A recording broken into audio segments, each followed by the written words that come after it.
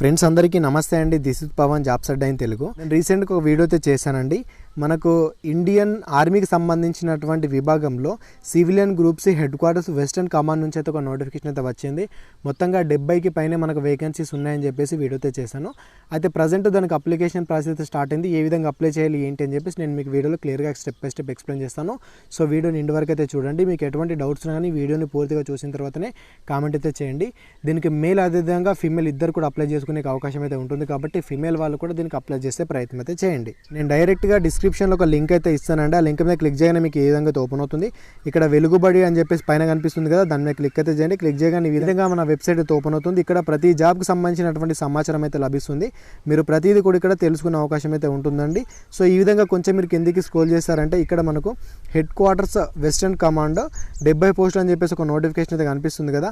So దీని మీద మీరు క్లిక్ అయితే చేయండి. దీన్ని క్లిక్ చేసిన తర్వాత మీకు ఈ విధంగా అయితే వస్తుందండి. ఇక్కడ ఈ జాబ్కి సంబంధించినటువంటి పూర్తి సమాచారం అయితే లభిస్తుంది. సో మీరు ఏం చేస్తారంటే ఇక్కడ అప్లికేషన్ ఫామ్ అయితే ఉంటుంది. అప్లికేషన్ ఫామ్ని మీరు డౌన్లోడ్ చేసుకొని ప్రింట్ తీసుకోవాల్సి అయితే ఉంటుంది. మీరు ఈ విధంగా కొంచెం కిందికి స్క్రోల్ చేస్తారంటే లాస్ట్లో మీకు ఇంపార్టెంట్ లింక్స్ అని చెప్పేసి కనిపిస్తాయి కదా. ఇంపార్టెంట్ లింక్స్ దగ్గర ఇక్కడ అప్లికేషన్ ఫామ్ అని చెప్పేసి ఉంది. ఇక్కడ అప్లికేషన్ ఫామ్ అని చెప్పేసి ఉంది కదా. అప్లికేషన్ ఫామ్ మీద క్లిక్ చేసి దాన్ని డౌన్లోడ్ అయితే చేసుకోండి. డౌన్లోడ్ చేసుకొని మీ దగ్గర ఉన్నటువంటి నెట్ కేఫ్కి వెళ్ళేసి దాన్ని ప్రింట్ అయితే తీసుకోండి. ఇక నెక్స్ట్ చూసుకున్నట్లయితే ప్రింట్ తీసేసుకున్న తర్వాత ఇక్కడ మీరు మీ సొంత హ్యాండ్ రైటింగ్ తోటి బ్లూ కలర్ పెన్నుతో మీరు ఇవి రాయాల్సి అయితే ఉంటుంది. సో ఇక్కడ పైన చూసుకున్నట్టయితే first application for the post of అని చెప్పేసి ఉంది కదా. ఇక్కడ మీరు ఏ పోస్ట్కి అయితే అప్లై చేయాలనుకుంటున్నారో ఆ పోస్ట్ పేరు అయితే రాయండి. మీరు ఇక్కడ నోటిఫికేషన్ వీడియో అయితే చూడాలండి. నోటిఫికేషన్ వీడియో చూసిన తర్వాత మీరు అక్కడ ఏ పోస్టులు ఉన్నాయి ఏంటి అని చెప్పేసి కంప్లీట్ ఇన్ఫర్మేషన్ తెలుసుకొని మీరు దేనికి ఎలిజిబిలిటీ అవుతారో దానికి అప్లై చేసే ప్రయత్నం అయితే చేయండి. దాని కిందనే చూసుకున్నట్లయితే ఇక్కడ ఎంప్లాయ్ న్యూస్ పేపర్ డాష్ అని చెప్పేసి ఉంది. అదేవిధంగా అడ్వర్టైజ్మెంట్ నెంబర్ ఉంది. దాంతోపాటు డేటెడ్ అని చెప్పేసి మీకు 3 కనిపిస్తున్నాయి. ఇక్కడ ఫస్ట్ చూసుకున్నట్లయితే ఏదైతే ఫస్ట్ ఉందో ఎంప్లాయ్మెంట్ న్యూస్ పేపర్ అని చెప్పేసి ఇక్కడ మీరు ఎంప్లాయ్మెంట్ న్యూస్ పేపర్లో ఉన్నటువంటి నెంబర్ని రాయాల్సి అయితే ఉంటుంది. అది ఏంటి అంటే మీకు ఇక్కడ ఎంప్లాయ్మెంట్ న్యూస్ పేపర్ని చూపిస్తాను, ఒకసారి జాగ్రత్తగా చూడండి. ఇక్కడ కింద చూసుకున్నట్లయితే EN 2/67 అని చెప్పేసి ఒక నెంబర్ అయితే కనిపిస్తుంది కదా, EN అని చెప్పేసి. ఈ నెంబర్ అయితే ఇక్కడ మీరు ఇక్కడ ఈ ఫస్ట్ బాక్స్లో రాయాల్సి అయితే ఉంటుంది. దాని పక్కన చూసుకున్నట్టయితే అడ్వర్టైజ్మెంట్ నెంబర్ ఉంది కదా, ఇక్కడ దాని పక్కనే ADVP అని చెప్పేసి ఒక నెంబర్ కనిపిస్తుంది కదా, ఈ నెంబర్ని ఇక్కడ మీరు రాయాల్సి అయితే ఉంటుంది. రాసిన తర్వాత దాని పక్కన చూసుకున్నట్టయితే మీకు డేటెడ్ అని చెప్పేసి కనిపిస్తుంది. ఇక్కడ డేట్ ఏం రాస్తారు అంటే ఇది మనకు ఏప్రిల్ 9 నుండి 15వ డేట్కి సంబంధించినటువంటి ఎంప్లాయ్మెంట్ న్యూస్ పేపర్లో వచ్చింది కాబట్టి మీరు ఇక్కడ ఏప్రిల్ 9 to 15 అని చెప్పేసి రాయాల్సి అయితే ఉంటుంది. ఏప్రిల్ 9 to 15, 2022 అని చెప్పేసి మీరు ఇక్కడ డైరెక్ట్గా రాసేయండి. రాసిన తర్వాత కింద చూసుకున్నట్లయితే ఫుల్ నేమ్ అని చెప్పేసి మీకు ఒక ఆప్షన్ కనిపిస్తుంది కదా, ఇక్కడ మీ పేరు రాయాల్సి అయితే ఉంటుంది. 10th క్లాస్ మెమోలో మీ పేరు ఎట్లా ఉంటుందో సేమ్ అట్లనే రాయండి. ఇక్కడ పైన చూసుకున్నట్లయితే హిందీలో వాళ్ళు రాయాల్సి అయితే ఉంటుంది.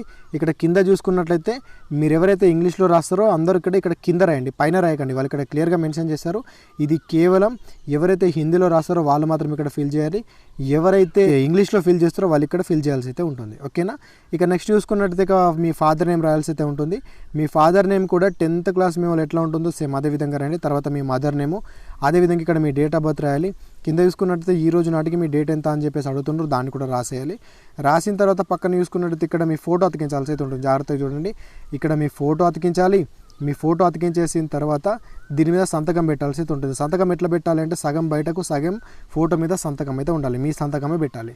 సంతకం జాగ్రత్తగా పెట్టండి. పెట్టేసిన తర్వాత ఇక్కడ నెక్స్ట్ చూసుకున్నట్టయితే ఇక్కడ 5th కలర్ చూడండి, మీ యొక్క కేటగిరీ అన్నమాట. మీ యొక్క కేటగిరీ ఏంటో దాన్ని టిక్ మార్క్ చేయండి. టిక్ మార్క్ చేసేసిన తర్వాత పక్కన రాయాల్సి అయితే ఉంటుంది. ఫర్ ఎగ్జాంపుల్ SC అనుకోండి, SC మీద టిక్ మార్క్ అయితే చేయాల్సి అయితే ఉంటుంది. SC మీద టిక్ మార్క్ చేసిన తర్వాత పక్కనే మీరు ఇక్కడ SC అని చెప్పేసి బాక్స్లో రాయాల్సి అయితే ఉంటుంది. అదేవిధంగా ఇక్కడ మీరు ఎక్స్ సర్వీస్ మెన్ అని అడుగుతుంది, ఎస్ అయితే పెట్టండి, లేకపోతే దీన్ని వదిలేయండి. నెక్స్ట్ చూసుకున్నట్లయితే నేషనాలిటీ అండి. ఇక్కడ నేషనాలిటీ దగ్గర ఏం చేస్తారంటే ఇండియన్ అని చెప్పేసి రాసేయండి. దాని పక్కనే రిలీజియన్ అని చెప్పేసి ఉంది కదా, ఈ రిలీజియన్ దగ్గర మీరు ఏం చేస్తారంటే హిందూ అయితే హిందూ, ముస్లిం అయితే ముస్లిం, క్రిస్టియన్ అయితే క్రిస్టియన్ అని చెప్పేసి రాసేయండి. ఇక నెక్స్ట్ 7th కాలం చూసుకున్నట్లయితే మీ యొక్క కమ్యూనికేషన్ అడ్రస్ అన్నమాట. మీ అడ్రస్ని మీరు జాగ్రత్తగా రాయండి. అడ్రస్ మిస్టేక్ ఉంటే మాత్రం ప్రాబ్లం అవుతుంది. సో ఓకేనా, మీ అడ్రస్ని మాత్రం జాగ్రత్తగా నీట్గా రాసేయండి. ఇక నెక్స్ట్ చూసుకున్నట్లయితే ఇక్కడ మీ మొబైల్ నెంబర్ అడుగుతున్నారు, మొబైల్ నెంబర్ ఇవ్వండి. నెక్స్ట్ చూసుకున్నట్లయితే ఇక్కడ మీకు ఈమెయిల్ ఐడిని కూడా ఇవ్వాల్సి అయితే ఉంటుంది. ఇక నెక్స్ట్ చూసుకున్నట్టయితే మీ యొక్క ఎడ్యుకేషనల్ క్వాలిఫికేషన్ డీటెయిల్స్ ఇవ్వాల్సి అయితే ఉంటుందండి. ఇక్కడ మీ డీటెయిల్స్ అన్ని జాగ్రత్తగా ఇవ్వాల్సి అయితే ఉంటుంది. సో ఇక్కడ మొదటగా చూసుకున్నట్టయితే name of the exam passed, మీరు ఏ ఎగ్జామ్ పాస్ అయ్యారు. ఇక్కడ ఫస్ట్ ఏం చేస్తారంటే 10th అని చెప్పేసి రాయండి. 10th అని చెప్పేసి రాసిన తర్వాత ఇయర్ ఆఫ్ పాసింగ్, 10th మీరు ఏ సంవత్సరంలో పాస్ అయ్యారు అది రాయండి. అదేవిధంగా మీ యొక్క యూనివర్సిటీ అడుగుతున్నారు, ఇక్కడ ఏం చేస్తారంటే స్టేట్ బోర్డ్ అని చెప్పేసి రాసేయండి. స్టేట్ బోర్డ్ రాసిన తర్వాత ఇక్కడ పర్సెంటేజ్ మీకు ఎన్ని మార్కులు వచ్చాయో మీరు వచ్చినటువంటి పర్సెంటేజ్ రాయాలి. మీకు 80%, 90%, 50%, 60% ఎంత అని. నెక్స్ట్ చూసుకున్నట్టు ఇక్కడ డివిజన్ అని చెప్పేసి ఉంది కదా, పాస్ రాయండి. రిమార్క్ ఉంది కదా, ఇక్కడ కూడా పాస్ అని చెప్పేసి రాసేయండి. అదేవిధంగా ఇంటర్కి సంబంధించినటువంటి పోస్ట్కి అప్లై చేస్తే కనుక పైన 10th రాస్తారు కదా, కింద ఏం చేస్తారంటే ఇంటర్కి సంబంధించిన డీటెయిల్స్ ఇవ్వాలి. సేమ్ ఇదే విధంగా పైన రాసినట్టు కింద రాసేయండి. ఇక నెక్స్ట్ చూసుకున్నట్టయితే మీకు ఏమైనా ఎక్స్పీరియన్స్ ఉందని అడుగుతుంది. ఎక్స్పీరియన్స్ ఉంటే ఇక్కడ రాయండి, లేకపోతే వదిలేసేయండి. అదేవిధంగా నెక్స్ట్ ఇక్కడ 10th కాలం చూసుకున్నట్టయితే మీరు గవర్నమెంట్ ఎంప్లాయీ అని చెప్పేసి అడుగుతున్నారు. ఎంప్లాయీ అయితే కనుక ఎస్ పెట్టి దానికి సంబంధించినటువంటి డీటెయిల్స్ రాయాల్సి అయితే ఉంటుంది, కాకపోతే దాని అయితే వదిలేయండి. సో ఈ విధంగా జాగ్రత్తగా పైన అన్ని ఫిల్ అయితే చేసేయండి. ఫిల్ చేసేసిన తర్వాత ఇక్కడ కింద చూసుకుంటే మీకు సిగ్నేచర్ అడిగారు. ఓకే, ఇక్కడ మీ సిగ్నేచర్ పెట్టాలి. పైన కింద చూసుకుంటే మీ ఫుల్ నేమ్ అయితే రాసేయండి. ఈ విధంగా రాసేసిన తర్వాత అండ్ నెక్స్ట్ చూసుకున్నట్లయితే ఇక్కడ అప్లికేషన్ ఫీని పే చేయాల్సి అయితే ఉంటుంది. నేను ఆల్రెడీ నోటిఫికేషన్ వీడియోలో చెప్పాను, ఇక్కడ 100 రూపాయల అప్లికేషన్ ఫీ అయితే ఉంటుంది. ఎస్సీ ఎస్టీ వాళ్ళకు ఎటువంటి ఫీ అయితే ఉండదు. సో మిగతా వాళ్ళందరికీ 100 రూపాయల అప్లికేషన్ ఫీ అయితే ఉంటుంది. అప్లికేషన్ మీ యొక్క 100 రూపాయల ఫీని ఏ విధంగా పే చేయాలో చూసుకున్నట్లయితే మొదటగా మీరు బ్యాంకు ద్వారా లేదా పోస్టల్ ఆఫీస్ ద్వారా కూడా మీరు పే చేసే అవకాశం అయితే ఉంటుంది. ఒకవేళ పోస్ట్ ఆఫీస్ ద్వారా మీరు పే చేయాలనుకుంటే ఇక్కడ పోస్టల్ ఆర్డర్ని మీరు తీసుకోవాల్సి అయితే ఉంటుంది. లేని పక్షంలో మీరు బ్యాంకు ద్వారా పే చేయాలనుకుంటే డీడీ డిమాండ్ డ్రాఫ్ట్ రూపంలో కూడా మీరు తీయాల్సి అయితే ఉంటుంది. సో ఈ విధంగా మీకు తీసే అవకాశం అయితే ఉంటుంది. ఒకవేళ మీరు పోస్ట్ ఆఫీస్కి వెళ్తే కనుక అక్కడ మీకు ఐపీఓ ఫామ్ అని చెప్పేసి ఉంటుంది. 100 రూపాయల ఫామ్ తీసుకోవాలి. తీసుకున్న తర్వాత దాన్ని ఫిల్ చేయాల్సి అయితే ఉంటుంది. మీరు ఇక్కడ చూడొచ్చు, మీకు క్లియర్గా చెప్తాను, జాగ్రత్తగా చూడండి. సో మీరు ఇక్కడ స్క్రీన్ మీద చూస్తున్నది 100 రూపాయల పోస్టల్ స్టాంపుకి సంబంధించినటువంటి పేపర్ అనమాట. మీరు డైరెక్ట్గా పోస్ట్ ఆఫీస్కి వెళ్ళేసి మీరు అడిగారంటే మీకు ఇదే విధంగా అయితే ఇస్తారు. సో దీన్ని మీరు ఏ విధంగా ఫిల్ చేయాలో చూసుకున్నట్టయితే ఇక్కడ పైన చూసుకున్నట్టయితే మీకు ఒక ఆప్షన్ అయితే ఉంది, పే టు అని చెప్పేసి కనిపిస్తుంది కదా. ఇక్కడ మీరు ఏం చేస్తారంటే మీరు ఎవరి పేరు మీద ఫీ కడుతున్నారో వాళ్ళ పేరు రాయాల్సి అయితే ఉంటుంది. అది ఎలా రాస్తారు అంటే ఇక్కడ మనం 100 రూపాయల ఫీ ఎవరికి పే చేస్తున్నాము అంటే command hospital WC Chandi Mandir Panchkula Haryana అనే పేరు మీదుగా మీరు 100 రూపాయల ఫీని పే చేయాల్సి అయితే ఉంటుంది. దాని కింద చూసుకున్నట్టయితే మరొకటి ఉంది, ఏంటంటే at the post office at అని చెప్పేసి ఉంది కదా. మీరు ఇక్కడ ఏం చేస్తారంటే డైరెక్ట్గా పంచ్కుల హర్యానా అని చెప్పేసి డైరెక్ట్గా రాసేయండి. సో ఈ విధంగా రాసేసిన తర్వాత పక్కన చూసుకున్నట్టయితే మీ అడ్రస్ అయితే ఉంటుంది. ఇక్కడ మీ అడ్రస్ని రాయాల్సి అయితే ఉంటుంది, మీ పేరు అదేవిధంగా మీ అడ్రస్ అంటే మీ హౌస్ అన్ని జాగ్రత్తగా రాసేసిన తర్వాత ఇక్కడ పక్కన మరొకటి కూడా ఉంది కదా, ఇక్కడ కూడా మీరు పేబుల్ ఎట్ దగ్గర నేను ఇదివరకు చెప్పాను కదా, ఇక్కడ సేమ్ అదే మీరు ఇక్కడ రాయాల్సి అయితే ఉంటుంది. సో ఈ విధంగా స్టెప్ బై స్టెప్ అయితే రాసేయండి. దీన్ని ఏం చేస్తారంటే దీన్ని కూడా మరిచి మీ అప్లికేషన్స్తో పాటు దీన్ని కూడా పంపాల్సి అయితే ఉంటుంది. ఫస్ట్ ఆఫ్ ఆల్ ఏ విధంగా ఫిల్ చేయాలి ఏంటి అని చెప్పేసి ఇంకా మీకు పూర్తిగా చెప్పిన తర్వాత దీని గురించి కూడా నేను లాస్ట్లో చెప్తాను. సో ఫ్రెండ్స్, ఈ విధంగా మీరు పోస్టల్ ఆర్డర్ని అయితే ఫిల్ చేయండి. లేని పక్షంలో మీరు డైరెక్ట్గా బ్యాంకుకి వెళ్ళేసి కూడా ఇందాక నేను చెప్పినటువంటి ఆ పేరు మీద మీరు డీడీని కూడా తీసే అవకాశం కూడా ఉంటుంది. డైరెక్ట్గా డీడీని తీసి కూడా మీరు పెట్టేసే అవకాశం కూడా ఉంటుంది. అయితే ఇప్పుడు ఐపీఓ ఉంది కదా, ఈ ఐపీఓకి సంబంధించినటువంటి నెంబర్ కింద ఉంటుంది, దాన్ని ఇక్కడ మీరు రాయాల్సి అయితే ఉంటుంది. ఇక్కడ నెంబర్ 2 ఆప్షన్ చూసుకున్నట్లయితే postal order or DD in favour of అని చెప్పేసి ఉంది కదా, మీరు ఎవరి పేరు మీద తీసారో ఆ పేరుని రాయాల్సి అయితే ఉంటుంది. నేను ఆల్రెడీ ఇదివరకే చెప్పాను కదా, కమాండ్ హాస్పిటల్ చందీ మార్గ్ పంచ్కుల హర్యానా అని చెప్పేసి మీరు ఇక్కడ రాయాల్సి అయితే ఉంటుంది.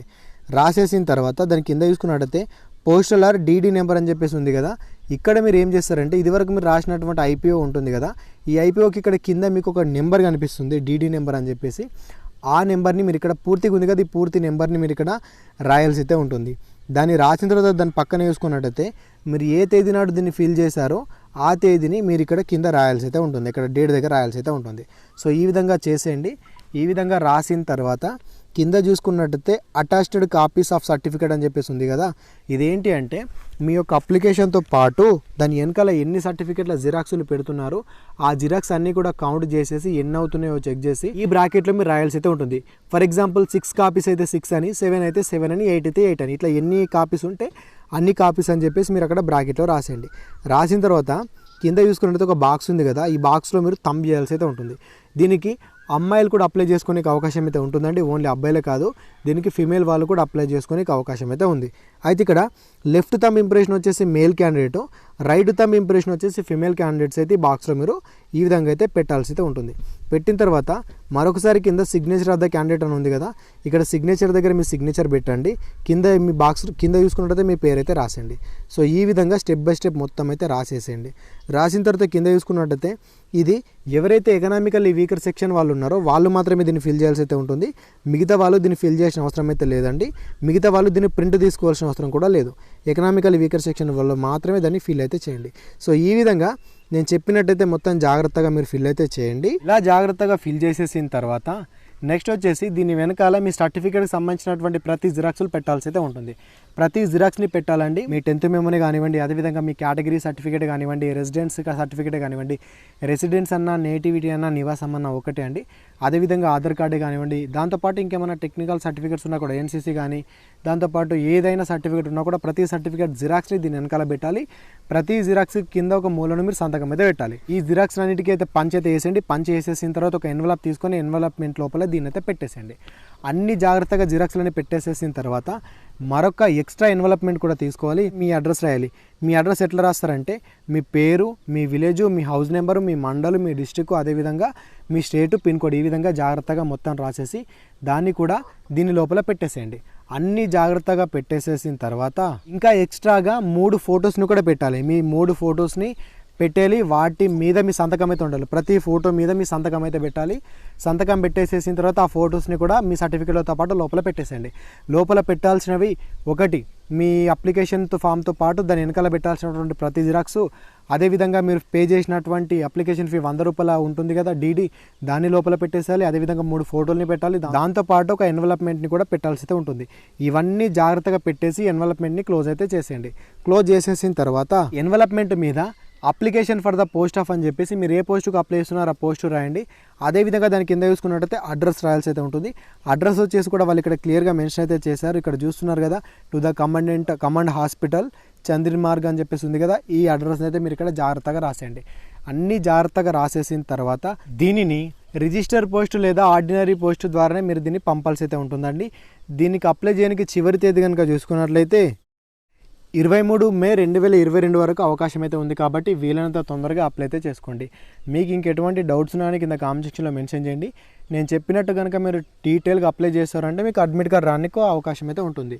సో ఇటువంటి అప్డేట్ ఏది కూడా మిస్ అవుతుంది కూడా ఖచ్చితంగా మన ఛానల్ని సబ్స్క్రైబ్ చేసుకుని పక్కన బెల్ ఐకాన్ యాక్టివేషన్లో పెట్టుకోండి. Thanks for watching. అందరికీ ఆల్ ది బెస్ట్.